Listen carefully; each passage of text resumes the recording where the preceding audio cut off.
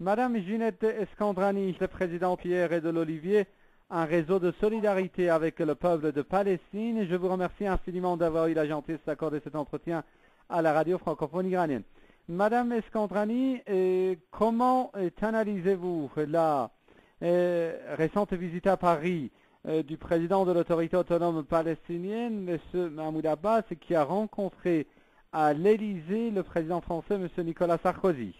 Bon, qu'est-ce que vous voulez en penser, puisque comme tout le monde sait que le président Mahmoud Abbas vient chercher de l'aide un peu partout pour se faire réélire en tant que président de l'autorité palestinienne, parce que la seule et véritable raison, c'est d'éliminer la résistance en Palestine pour pouvoir négocier avec Israël, et là il vient chercher de l'aide auprès de Sarkozy.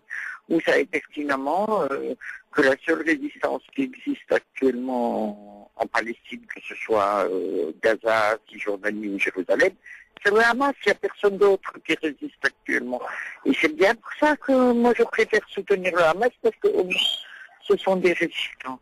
Donc Mahmoud Abbas vient en fait chercher de l'aide auprès de l'Europe pour pouvoir éliminer le Hamas. Madame Ginette Escandrani, lors d'une rencontre à l'Élysée, le président français Nicolas Sarkozy s'est gardé d'aller dans le sens de l'idée avancée par son ministre des Affaires étrangères, Bernard Kouchner, qui avait en fait... attendez, j'entends pas bien, il y a des chiens partout ici. J'entends pas bien, excusez-moi.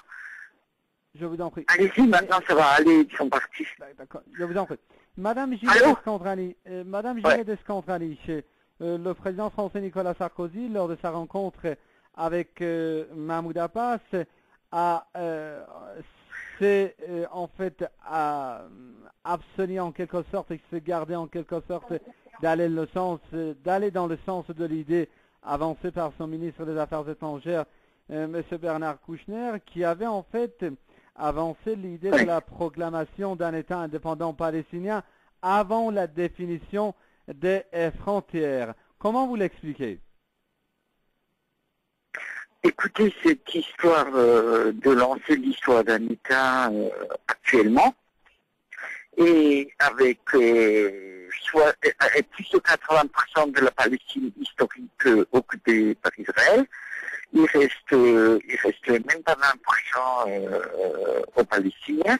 Lancer un État actuellement dans l'état des choses avec le mur de la honte en Cisjordanie qui prend encore 2% de plus des terres, et avec l'état de Gaza, ce qui est à Gaza actuellement, Gaza opprimé, Gaza affamé et Gaza exclu de tout, avec des frontières fermées, sous embargo. Ça me semble complètement aberrant de lancer l'histoire d'un État palestinien, parce que il reste quoi aux Palestiniens? Le reste des confettis, tout. Et donc cette histoire de deux États auxquels tient absolument Mahmoud Abbas, pour moi c'est une complète aberration, parce que un État palestinien, un tout petit État palestinien, sans aucun avantage militaire, en fait, il n'aurait droit ni à la justice, ni à l'armée, ni à la gestion, ne peut pas exister à côté d'un État israélien qui aurait absolument tout, et puis en plus il veut laisser des colonies de peuplement, et puis des colonies de peuplement avec les routes de contournement qui contournent en fait les villes et les villages palestiniens. Ça ne peut pas exister. Pour moi, c'est une énorme aberration. Je ne crois pas, et je ne croirai jamais, et ça ne marchera jamais, cette histoire d'État palestinien à côté de l'État d'Israël. Pour moi, il faut un seul État pluriel, multiculturel,